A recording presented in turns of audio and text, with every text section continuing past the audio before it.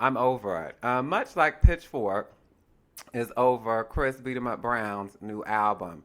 Pitchfork released their review of Chris Brown's new album. I keep saying I'm going to look at stuff before I start talking. I know it's called like Chris Brown. Maybe it's called Breezy.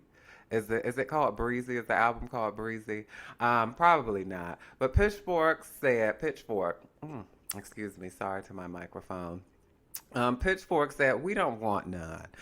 Chris Brown released like 20 it's like 26 songs on that album, which who the is trying to listen to 26 songs on an album and it's not.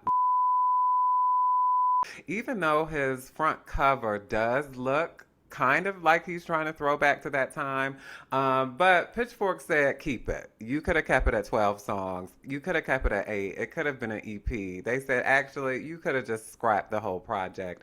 We really, really don't want none. Shout out to them. I think they also just released a review of Drake's new album. I don't know what's going on with Drake. They gave him a higher review than they gave Beat 'em Up Brown. But I want Drake. I know Kendrick. Oh gosh, I'm losing my sense of time just because of the happenings. I'm losing my sense of time. But Drake and Kendrick Lamar, I'm over the beef. The beef it's no longer beef. It's spam. It's tofu. I'm over it. I think it's time to move on. I know Drake and Kendrick were going back and forth. Drake's new album. I don't know if it's called Iceman again. I'm just bear with me, everybody. And I'm not a journalist. I'm just a diva who yaps, I'm a diva with opinions. Go to your journalist if you want them to have everything, kind of set up perfectly for you. But I think the album is called Iceman, which, considering Lil Wayne and considering Nicholas Minaj, I think it's just in poor taste, the way they play around with kind of like MAGA and like Trump and just all of that type of. Though I know Drake's fan base is like primarily like incels, so it's not exactly going to upset, his fan base. It's just kind of like, please give me a break.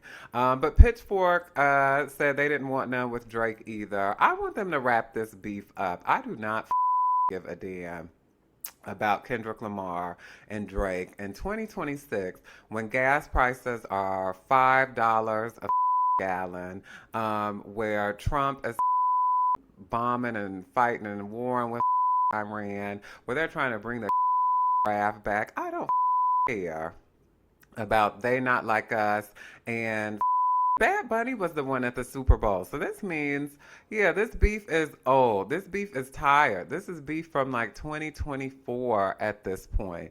It's just time to wrap it up. I'm not advocating for anybody to shoot each other, but if nobody's going to get shot, I think we've had enough of the poetry, the warring poets. We've had enough. Let's move on to a new beef.